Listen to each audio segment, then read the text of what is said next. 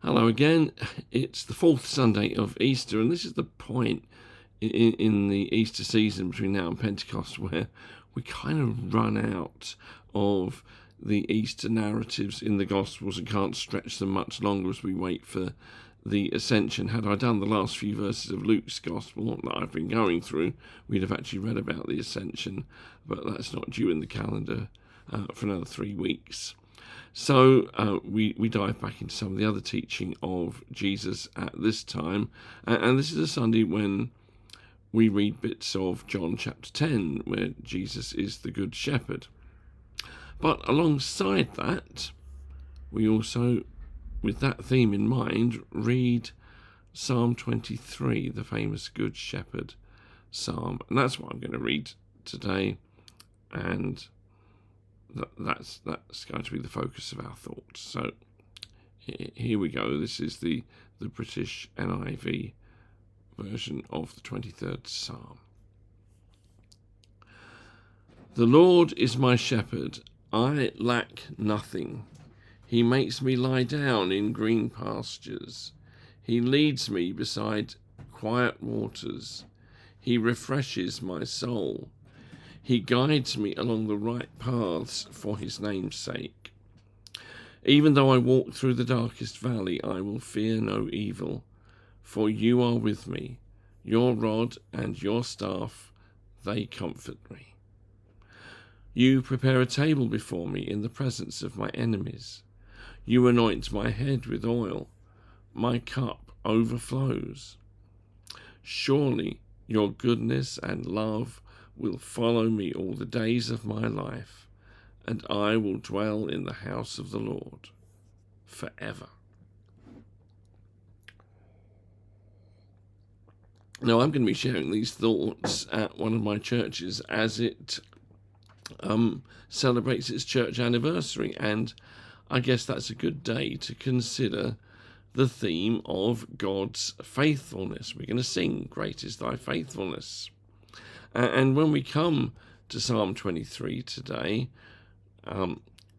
with the Lord being our shepherd, and we combine it with John 10, where Jesus is the Good Shepherd, we have an appropriate theme for considering God's faithfulness. The Lord, our Good Shepherd, is the epitome of divine faithfulness.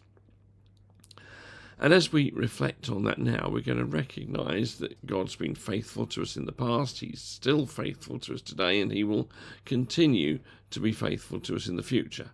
No, they aren't the 3 points. Now, sure, Psalm 23 is written in an individual context. I, not we. But the promise of God's faithfulness to the individual believer is one that also stands to the group of believers, to his people. Firstly, we're considering God's faithfulness in our anxiety. First 3 verses. The Lord is my shepherd, I lack nothing. He makes me lie down in green pastures. He leads me beside quiet waters. He refreshes my soul. He guides me along the right paths for his name's sake. And as I wondered over the last few days what held some seemingly different ways in these 3 verses in which God provides for our needs, I came to the conclusion that the common thread was that these were all situations that can promote anxiety in us, but that God in his faithfulness gives us what we need, our anxiety subsides, and we learn to trust more in him. Anxiety is there when we lack something, be it necessary income or food. I know that when my grandfather was out of work for 5 years in the Depression of the 1930s, my grandmother would go without a meal herself for the sake of the children, and would be on her knees praying that God would provide what they needed as a family. We know there were times when even at the very time she was praying, someone would anonymously leave a food parcel by the front door. And today, even in our greater wealth, we live in a world of anxiety.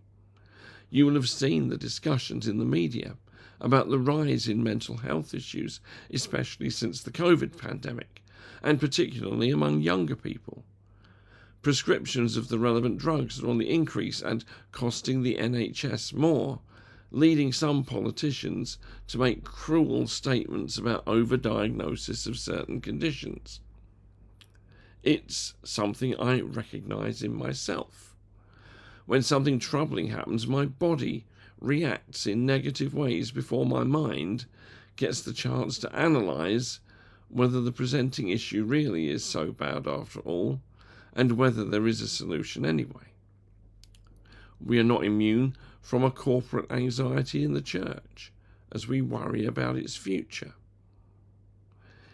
It is surely, though, part of the good news we offer to the world as the church today, that the Lord, our Good Shepherd, is faithful to us in our anxiety. In recent weeks, the Bible Society released a report that claimed there was what they called a quiet revival of faith among young adults. There are probably many reasons for this, including a rebellion against the atheism of some of their parents, but could it also be true that as they were notably affected by the anxiety of the COVID pandemic, as I said, that a gospel which emphasizes a good shepherd who is faithful to the anxious, who enables them to cast all their cares on him, is appealing to them? So on a day when we're going to rejoice in God's faithfulness to us, let's consider how that might be a relevant message to new generations in our anxious world. Secondly, we consider God's faithfulness in our darkness. So, verse 4. Even though I walk through the darkest valley, I will fear no evil, for you are with me. Your rod and your staff, they comfort me. Now, I know we're used to hearing not the words the darkest valley, but the valley of the shadow of death. But the darkest valley is increasingly thought to be the best translation, and that surely includes the valley of the shadow of death. In the very darkest times of life, the psalmist says, God is with me and he comforts me. For the psalmist, the experience of darkness does not mean that the light is absent. Jesus, the light of the world, is still present with us, even at the worst of times. No wonder we often read this psalm at funerals. Perhaps this is one of the deepest examples of the fact that Jesus is Emmanuel, God with us, as the Christmas stories tell us. He came to share human life, and he did so to the very worst when he suffered that cruel and unjust death on the cross. And because he was later raised from the dead, he can be with us in our darkness. And that is the simple promise.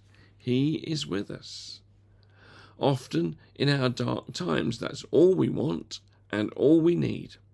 Clever explanations can wait. The people who come up to us and blithely tell us that everything happens for a reason are no help at all. What we need is presence, and we get that from Jesus, the Good Shepherd. We may say, but God is silent. Yet he may be the silent friend who is just sitting with us in our sorrows. Are they not sometimes the best comforters? But simply by being there, Jesus, the Good Shepherd, is our comfort. He doesn't have to shout from the rooftops, and if he did, we probably wouldn't be able to cope with it. For his presence now shows that he has conquered death, and in our bleakest time, that may be all we need to know. You may have heard preachers talk about the medieval mystic Mother Julian of Norwich. In her lifetime, she witnessed the devastation of the Black Death, and at one time, around the age of 30, she was so ill she thought she was on her deathbed. But she recovered, or was healed, and afterwards wrote down her account of some visions she received from God when she was close to death. Out of that experience came perhaps her most famous words when she wrote in her book Revelations of Divine Love these words: "All shall be well, and all shall be well, and all manner of thing shall be well." This is the testimony of one who knew the presence of the faithful Good Shepherd in the darkest valley. And that too is part of what we proclaim to the world. Yes, Jesus suffered and died in the very worst way, but he was raised from the dead and will faithfully accompany all who trust in him in even the worst seasons of their lives. Thirdly and finally, we consider God's faithfulness in our mistreatment. Mistreatment. I'm avoiding the word persecution here. It is persecution for millions of our brothers and sisters around the world, but for those of us Christians in the West, the opposition that comes our way is really not strong enough or fundamental enough to warrant the word persecution. So I have settled on mistreatment. That may not be a perfect word.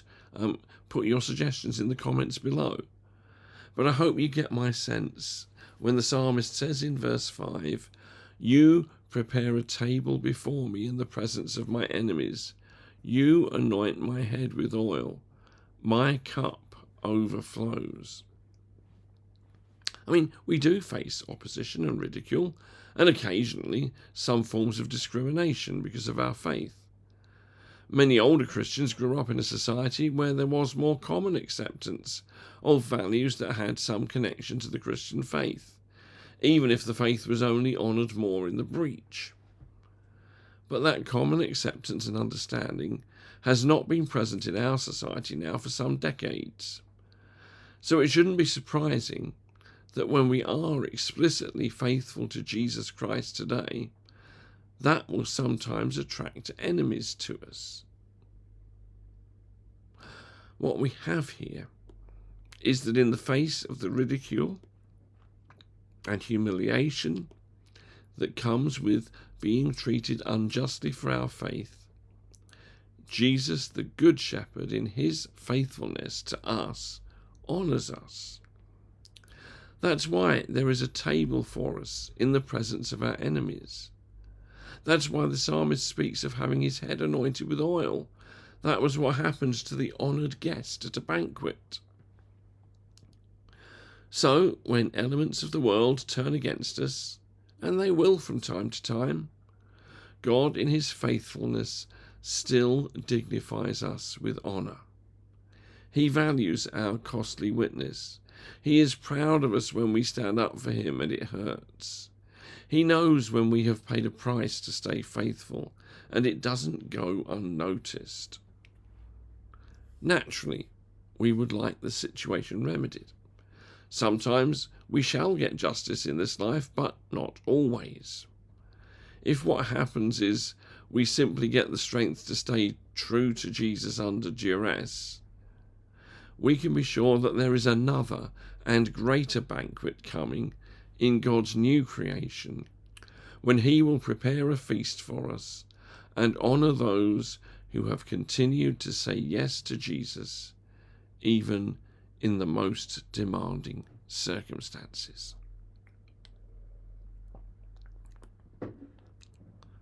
In conclusion, what is our response?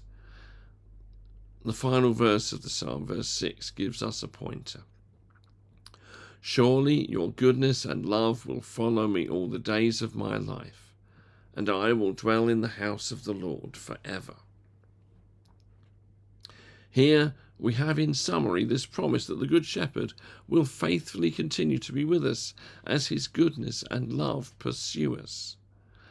The believer will dwell in the house of the Lord forever.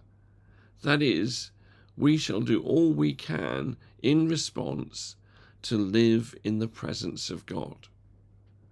Yes, God pursues us, but also, yes, we pursue God in gratitude for his faithful love, in worship, prayer, and scripture, both together on Sundays and in small groups and on our own during the week. We seek to draw close to the presence of our faithful God. But not only that, the house of the Lord language should not deceive us into thinking this is purely in the context of the church building, or merely of overtly religious practices. Since Jesus is accessible everywhere since the resurrection and ascension, we can live in his presence everywhere too. And so our pursuit of the God who has already pursued us is an activity and a discipline that we follow not only in the church, but also in the world. Yes, we ask, how would Jesus want me to love him in the church? But also, yes, how would Jesus want me to love him in the world? And that's all I want to share with you this week. I hope you find that encouraging, and I also hope that you'll come and join me for another video in a week's time, God willing. Until then, goodbye, and God bless you.